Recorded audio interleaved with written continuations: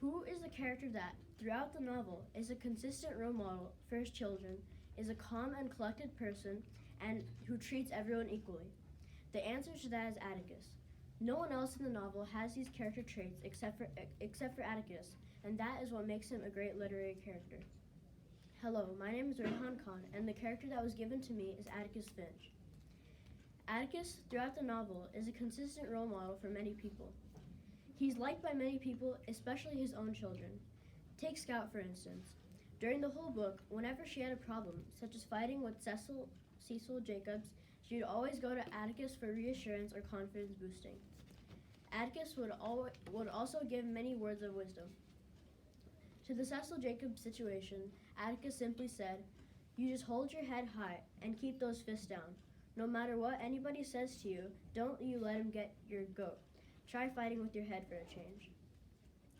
He also told his children, "You never really understand a person until you consider things from his point of view, until you climb into his skin and walk around in it." This quote applied to the part when Scout watched Mayella give her testimony. It made Scout realize that Mayella just might be the loneliest person ever, even more than Boo Radley. Now on to the main point. In the beginning of the book, Atticus was appointed to defend Tom Robinson, an African-American man who was accused of a crime that he did not commit.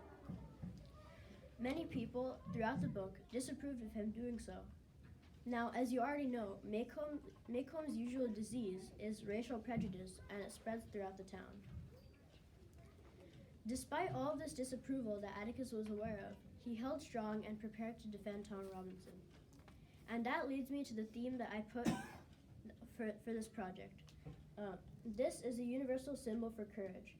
Scout said, "It was times like these when I thought my father, who hated guns and had never been to any wars, was the bravest man who ever lived."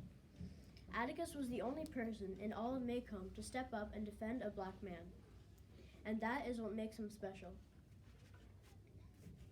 Also, when Jem and Scout see Atticus making a perfect shot to the rabid dog, Tim Johnson, they are very impressed. But Atticus teaches them that true courage isn't holding a gun. It is when you know you're licked before you begin, but you begin anyway and you see it through no matter what. Atticus shows true courage by accepting the position of defending Tom Robinson, even though he knows he was already licked and that he can't win. My first symbol is a pair of glasses. These glasses represent not Atticus's eyesight weakness, but his strength. Despite his lack of good eyesight, he is still the best shot in Maycomb. He sees the world more clearly than the rest of the world does. His glasses signify that he is able to see unlike others. My next symbol is a calculator. During the Tom Robinson case, Atticus did a lot of thinking and explaining to the judge and jury. He put everything into consideration, even the little details. And those little details are what threw Bob and Mayella off with their testimonies. He is very calculated, like a calculator. My third symbol is a yin-yang symbol. This represents Atticus always striving for equality. He treats people equally with the respect they deserve. He also didn't care for skin color at all. He didn't catch Maycomb's usual disease of racial prejudice, and he never insulted an African-American person at all. So here's Atticus sitting in the courthouse, and I didn't make him outside the courthouse standing up because in the book, he never wanted to be standing out or very noticeable or prominent. I positioned him to be looking at the clock, waiting for the trial to begin. And I also made him to be watching over the mockingbird, which is supposed to be Tom Robinson, because throughout the book, Atticus protected Tom Robinson many times, such as the time when he was stationed in front of the jail, making himself a barrier between Tom and the old Salem gang. I also put Sheriff Hecate standing outside the courthouse to uphold the law while people come to visit the trial, and he was also a good friend of Atticus's. I also put Judge Taylor looking through one of the windows, and I thought he was important because if it weren't for him, Atticus wouldn't be there right now preparing to defend Tom Robinson.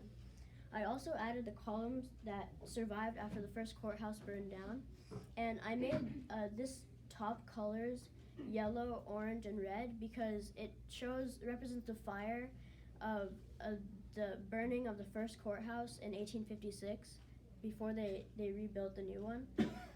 And I kept these steps white because white is a color that represents equality. And Atticus said in his closing statement that all people are created equal, but but they aren't equal, but they are equal in a courthouse. So I represented that there, and I also put a gavel to show that he's a lawyer. Thank you.